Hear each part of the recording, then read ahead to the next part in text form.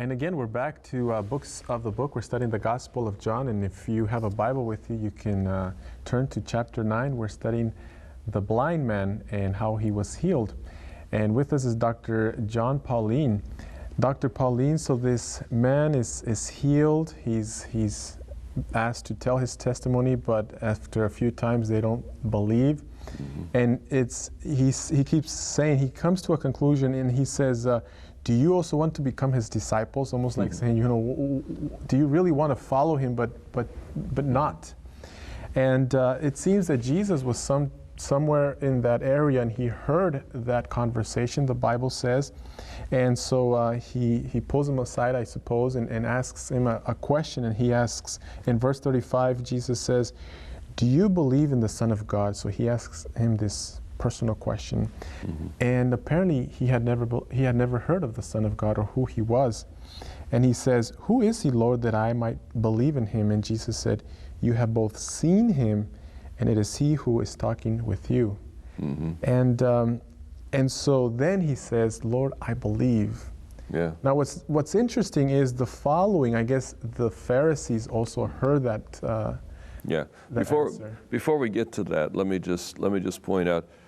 Here the Pharisees throw him out. He's excommunicated. He's de-synagogued, you could say. So he's cut off from the community.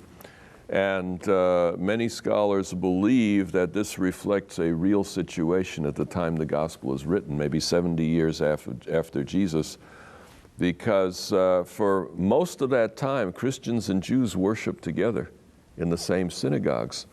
But around 80, 85 AD, Jews seem to have introduced into the synagogue service a curse against Jesus and a curse against Christians. And so what would happen is people would be reciting their prayers, and then you come to this curse prayer. And what would the Christians do at that moment? They'd go silent. They wouldn't repeat that prayer. And the Jews around them would say, okay, you're one of those Christians. If you're not, then recite the prayer in front of us now. It's the way they identified followers of Jesus within the synagogue and threw them out. And so that appears to be going on around the time that the Gospel of John is written. And a story like this would have been very encouraging to people at that time, because the Pharisees would represent the opposition that they were facing in the synagogue. The man would represent that second generation and their experience. So the man is thrown out of the synagogue. He now fully discovers who Jesus is and gives himself to him. And I would suggest this little scenario you just read introduces the Good Shepherd. Everything from chapter 7 through chapter 10 is all one scene. It's all one incident. And Jesus tells the Good Shepherd story in response to the story of the man who was born blind. But to introduce that, let's look at verses 39 to 41. And Jesus said, for judgment I have come into this world, that those who do not see may see, and that those who see may be made blind. Then some of the Pharisees who were with him heard these words and said to him, are we blind also? Jesus said to them, if you were blind, you would have no sin, but now you say we see, therefore your sin remains. Here you see this spiritual gospel again. Jesus has taken a man who's physically blind and given him sight. But that's not all that happened here. It is clear in the story that the man was spiritually blind. He didn't know Jesus. He didn't have a relationship with God. But through this encounter with Jesus, through the receiving of his physical sight, he also came to see spiritually. As he was tried by the Pharisees, he was talking himself into a disciple of Jesus. So that when he finally meets Jesus again and fully understands the situation, he submits himself to Jesus. So Jesus says, I came so that the blind might see and that those who see might become blind. The Pharisees were not physically blind after encountering Jesus, but spiritually they had turned away from the truth that they had known up to that point to reject the Messiah who had come to them to give them light. What I want to point out, special in this text, is a dynamic that you see often in the Gospel of John. It's the dynamic between God's previous intention and our choice, between, some would call it predestination and human responsibility. You'll notice in verse 39, it's almost like they didn't have a choice. He says, "For judgment I have come into this world, so that the blind will see, and those who see will become blind." So it's almost like Jesus is on a mission. He was sent by God to bring sight to the blind and blindness to the sighted. So that doesn't sound like they had a choice. But then look at verse 41. "If you were blind, you would not be guilty of sin, but now that you claim you can see, your guilt remains." So here they clearly had a choice. There's a tension between those two. This happens over and over again in the Gospel of John. Another example is in chapter 12 and verses 38 to 43. John 12 and verse 38. It says, verse 38, "This was to fulfill the word of Isaiah the prophet. Lord, who has believed our message, and to whom has the arm of the Lord been revealed? For this reason they could not believe." Because as Isaiah says elsewhere, he has blinded their eyes and deadened their hearts, so they can neither see with their eyes, nor understand with their hearts, nor turn, and I would heal them. So Jesus is here saying that in this blindness that is taking place, the will of God is being worked out. So that sounds like God's sovereign pre-setting of the situation. But then go to verses 42 and 43. "At the same time, many, even among the leaders, believed in him, but because of the Pharisees, they would not confess their faith, for fear they would be put out of the synagogue, for they loved praise from men more than praise from God."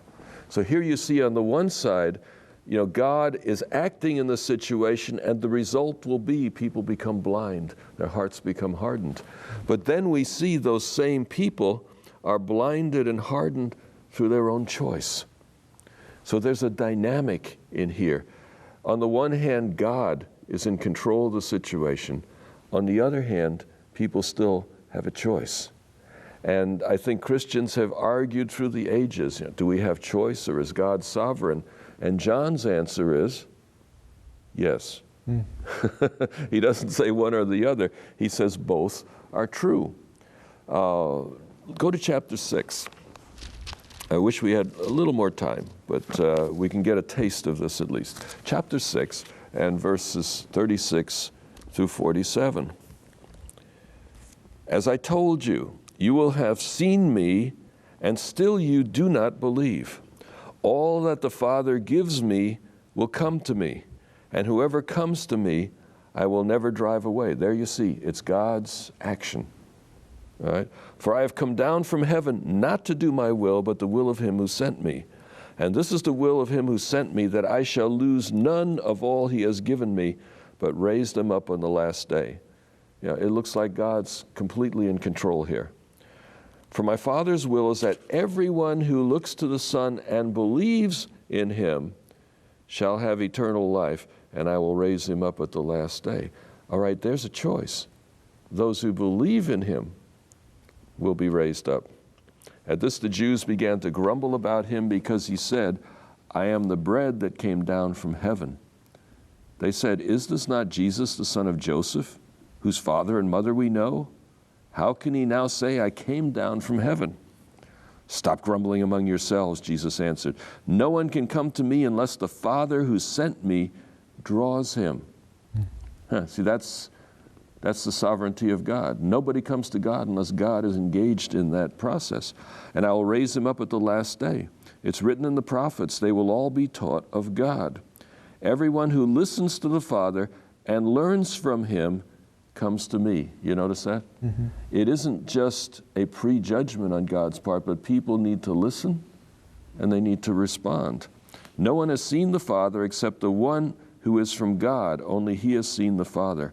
I tell you the truth, he who believes has everlasting life." So these two truths are placed side by side. Nobody comes to God unless God has drawn him. At the same time, nobody's forced to come to God. We still have a choice. And how do you put those two together? You know, without God's drawing, nobody comes to Jesus. But in the end, we still make our own decision. So I've put these two together in this way. As I look to the past, it's clear that God has intervened in my life. Amazing things have happened. If God were not doing stuff I had no control over, I wouldn't be where I am today. So as I look to the past, it's clear that God has brought me where I am, that He is sovereign and He has done this. But as I look to the future, it's clear that there are choices still to make. I have decisions to make as well. So we live in this tension that on the one side, God is everything to us. Without God, nothing good would possibly happen. Without the cross of Jesus Christ, which happened before I ever knew Him, I couldn't come to Him. I couldn't be reconciled to God. The problem between me and God is on my part. God has built the bridge across to me. Without that bridge, I couldn't make it back to Him. But now that He has built that bridge, He gives me the choice whether I will cross it or not. So the two work together. And so living in spiritual darkness is one's decision. Yes. And that's when we harden our hearts to that light that we receive. And well, friends, I pray that you too can not harden your hearts on what the light that God has shed on your lives. And I thank you for joining us in this Bible study, and we hope that you can join us next time on Books of the Book. God bless.